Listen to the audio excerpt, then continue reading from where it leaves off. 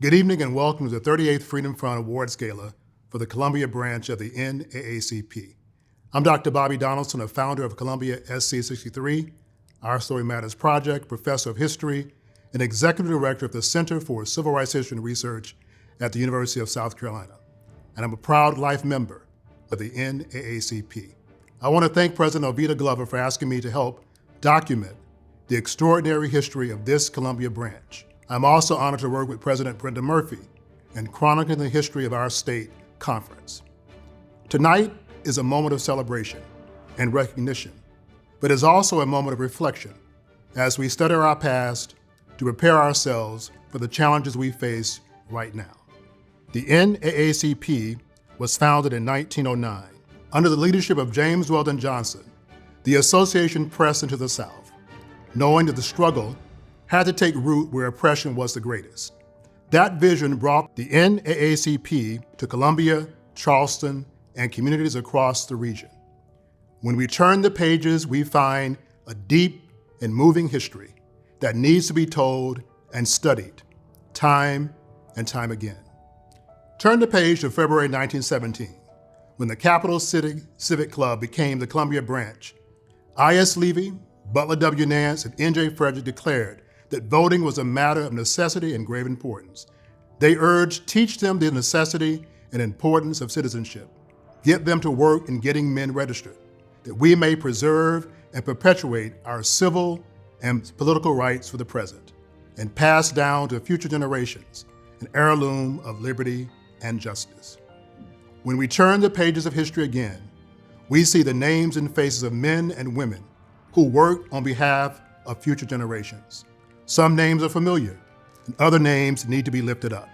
We remember I.S. Levy, Butler W. Nance, N.J. Frederick, Dr. H.H. Cooper, Dr. Matilda Evans, Miss Celia Dow Saxon, Miss Majeska Monteith Simpkins, Miss Septima Clark, Dr. Robert Mance, Reverend E.A. Adams, Attorney Harold Boulware, Attorney Hemphill Pride, Reverend James M. Hinton, A.P. Williams Jr., Reverend Roscoe C. Wilson, and Reverend J.C. Williams.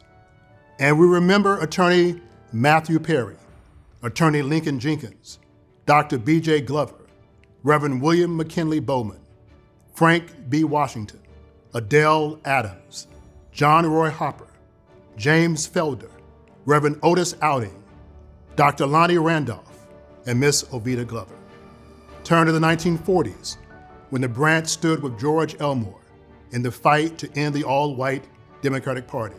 Turn to the 1950s, when members here in Columbia gave support to the families in Somerton in the Briggs v. Elliott case, and when the branch stood with Sarah Mae Fleming months before Rosa Parks as she challenged bus segregation in this very city. Turn the page to the 1960s, when students from Allen University and Benedict College marched and protested to the State House of South Carolina. When turned back, they lifted their voices in song, like a tree planted by the water, we shall not be moved. When forbidden to sing or clap, they hummed. And students like Bernard Moore and James McDuffie declared, if the old people won't march, the young people will. Turn the page to August of 1963, when dozens from this branch traveled by train, bus, and car to the March on Washington. Senator Strom Thurmond dismissed the movement and the march as, quote, entirely unnecessary. But Columbia Branch President Reverend Lindsey Crumlin spoke truth to power, declaring, now is the time to make real the promises of democracy. Reverend Crumlin's words remain our charge right now, tonight. But to make real the promises of democracy, we must know our story. We must know the stony roads we've trod. We must know the bitter and chastening rods. We must know and study this history. Turn the pages. The Columbia branch has pressed forward through victories, setbacks, and struggles. And today, when rulers in high places seek to silence, erase, and whitewash the past, We must safeguard our history. Our stories are a lamp unto our feet and a light unto our path. As we work today and move forward in the future, there is still much more to uncover as we remember the legacy and work to document the people, the moments, the places, and the events that shaped the civil and human rights struggle right here in Columbia.